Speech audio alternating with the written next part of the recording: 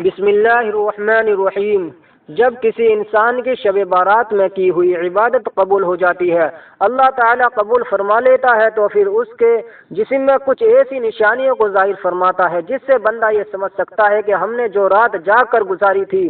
اور اس میں اللہ کی عبادت کی تھی اور نمازیں پڑھی تھی، توبہ استغفار کیا تھا، تو اللہ تبارک و تعالیٰ نے ہمیں قبول فرما لیا، اللہ نے ہماری دعائیں قبول فرما لی، اللہ نے ہماری توبہ قبول فرما لی، اور ہم نے رات جاگ کر عبادت کی تھی وہ بارگاہ خدا میں مقبول ہو گئی۔ تو اگر آپ کے اندر یہ نشانیاں نہیں پائی جا رہی ہے تو پھر آپ کی نماز، عبادت، توبہ استغفار، جو کچھ آپ نے شب بارات میں جاگ کر جو بھی عبادتیں کی ہیں، اور یوں سمجھ لے کہ وہ سب برباد ہو گئی، سب اکارت ہو گئی، آپ کی کوئی عبادت، کوئی نمازیں، کوئی دعائیں قبول نہیں ہوگی۔ اور ظاہر سی بات ہے کہ ہمارا کوئی کام کرنا، کوئی بھی عمل کرنا، نماز پڑھنا، توبہ استغفار کرنا، دعائیں مانگنا،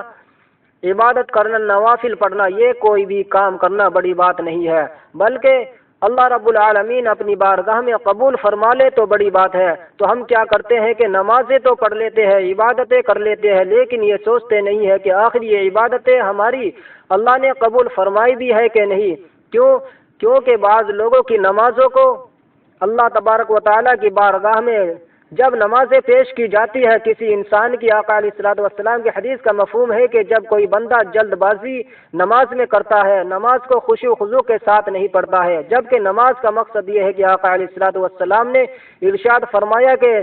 تم نماز کو اس طرح پڑھو گویا تم اللہ کو دیکھ رہے ہو، پہلا نقطہ یہ ہے، اور اگر تم یہ گمان نہ کر سکو تو پھر یہ خیال کرو کہ اللہ تعالیٰ تم کو دیکھ رہا ہے۔ تو کم سے کم نماز میں یہ خیال ہونا چاہیے کہ اللہ تعالیٰ ان کو دیکھ رہا ہے۔ تو عام طور سے اگر کوئی انسان کسی نمازی کو دیکھ رہا ہو تو وہ نمازی کو یہ خیال ہو جائے کہ بھائی فلاں شخص ہمارے اوپر نگاہ رکھے ہوئے ہے، تو کتنی اطمینان سے نماز پڑھتا ہے۔ تو جب وہ یہ گمان کرے گا کہ ہمارا رب ہم کو دیکھ رہا ہے تو وہ کس انداز میں نماز پڑھے گا، کتنے خشوع و خضوع کے ساتھ نماز پڑھے گا۔ تو بس اللہ تعالیٰ یہی نماز چاہتا ہے۔ اور آقا علیہ الصلوۃ والسلام کی حدیث کا مفہوم ہے کہ اگر کوئی بندہ اس طرح سے نماز نہیں پڑھتا ہے تو فرشتے اس کی نماز کو ایک بدبودار کپڑے میں لپیٹ کر آسمان کی طرف لے جاتے ہیں، اور اس کی نماز مقبولیت کے درجے تک نہیں پہنچتی ہے، بلکہ اس کی نماز لا کر اس کے منہ پر مار دی جاتی ہے۔ تو اس رات جن لوگوں نے شب بارات میں عبادت کی ہے تو 5 قسم کے لوگوں کی تو ویسے ہی بخشش نہیں ہوئی، کیونکہ اگر کوئی بندہ یہ 5 گناہ کے کام کرتا ہے تو آقا علیہ الصلوۃ والسلام نے ارشاد فرمایا کہ اس کی اس خاص رات میں بھی اللہ تبارک و تعالی بخشش نہیں فرماتا ہے، جس میں سے پہلا بندہ وہ جو ماں باپ کا نافرمان ہو، غیبت کرنے والا، چغلی کرنے والا، رشتہ داروں کے ساتھ قطع تعلق کرنے والا، رشتہ داروں سے لڑنے جھگڑنے والا، شراب پینے والا۔ تو ایسے گنہگاروں کی بخشش اللہ تبارک و تعالی شب بارات میں بھی نہیں فرماتا ہے۔ اس وقت تک جب تک کہ وہ بندہ اگر کسی رشتہ داروں سے لڑا ہوا ہے تو ان کو نہ منا لے، اگر وہ شرابی ہے تو شراب کو نہ چھوڑ دے، یا والدین کا نافرمان ہے تو جب تک فرما بردار نہ بن جائے تو پھر اس کی کوئی بھی عبادت اس رات میں یعنی شب بارات میں اللہ تبارک و تعالی قبول نہیں فرماتا ہے۔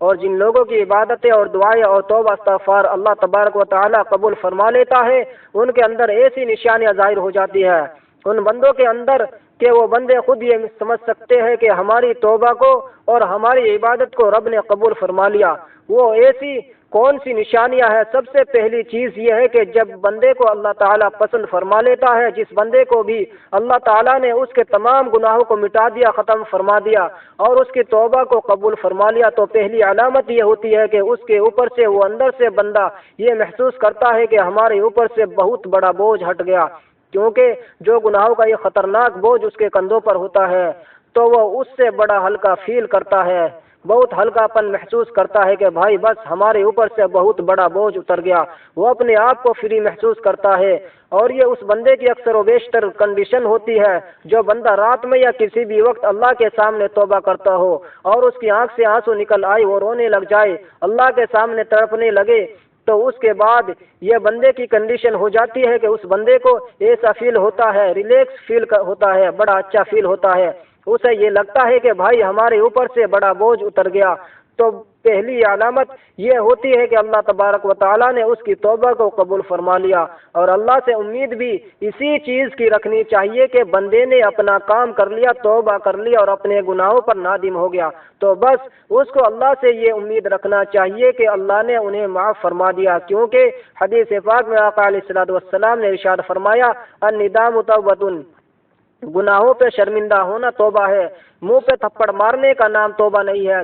زبان سے لمبی لمبی دعائیں کرنے کا نام، معافی مانگنے کا نام بھی توبہ نہیں ہے، بلکہ دل میں ندامت ہو، ہم نادم ہو جائے، شرمندہ ہو جائے، مولا ہم سے گناہ ہوئے ہیں، پر میں تیری رحمت سے آس لگا کر تیرے در پہ آ کر تجھ سے بھیک مانگ رہا ہوں کہ بس مجھے معاف فرما دے، تو اللہ تبارک و تعالی معاف فرما دیتا ہے۔ دوسری نشانی یہ ہے کہ جس بندے کی عبادت کو اللہ تعالی قبول فرماتا ہے اور اس کو پسند کرنے لگتا ہے تو اس کو بار بار اپنے گھر پہ بلاتا ہے، اپنے در پہ بلاتا ہے اور اپنے سامنے کھڑا ہونے کی اس کو توفیق عطا فرما دیتا ہے۔ اور اگر آپ نے فجر پڑھ لی اور اس کے بعد ظہر تک عصر تک پورا دن آپ پڑے سوتے رہے تو آپ سمجھ لو کہ کوئی آپ کی عبادت کا مطلب نہیں ہوا، کیونکہ یہ رات جو تھی شب بارات یہ تو نفلی عبادت ہے، نفلی رات تھی، نفلی عبادتیں اس میں ہمیں کرنا تھی، لیکن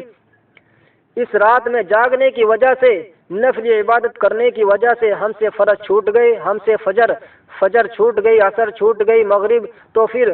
اس رات کا کوئی فائدہ نہیں، کوئی مقصد نہیں اور اس کی کوئی عبادت قبول نہیں ہوئی۔ ہاں اس کے بعد سے یہ کنڈیشن ہو گئی کہ بندے نے ہلکا فیل کرنا محسوس کر دیا ہو، مرد عورت بڑا اطمینان ان کو اندر سے محسوس ہو رہا ہے،